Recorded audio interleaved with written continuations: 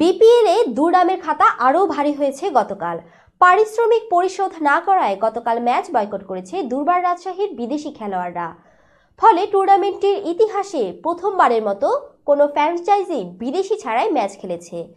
বিশেষ বিবেচনায় বিদেশি ছাড়াই রাজশাহীকে মাঠে নামতে দিলেও এবার নড়ে চড়ে বসেছে বিসিবি।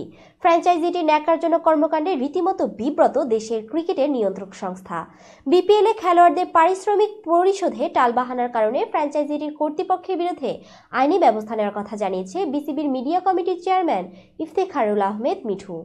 দেশের একটি গণমাধ্যমকে তিনি বলেন, আমাদের যে কোনোভাবে এখন আইনি ব্যবস্থা নিতে হবে, টাকা দিতেই হবে, নতুবা আমাদের বিপিএল এর সম্মান নষ্ট হবে।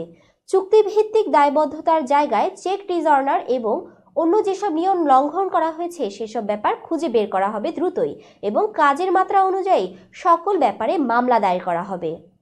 বোর্ড তাদেরকে যথেষ্ট সুযোগ দিয়েছে, কিন্তু তারা সকল লিমিট ছাড়িয়ে গেছে। তাদেরকে একটি চুক্তি দেওয়া হয়েছিল, তারা চুক্তির নীতি ভঙ্গ করেছে। এখন পর্যন্ত আমরা কোনো ব্যবস্থা নেইনি, কিন্তু এরপর আমরা সব ব্যাপারে আইনি ব্যবস্থা নিব।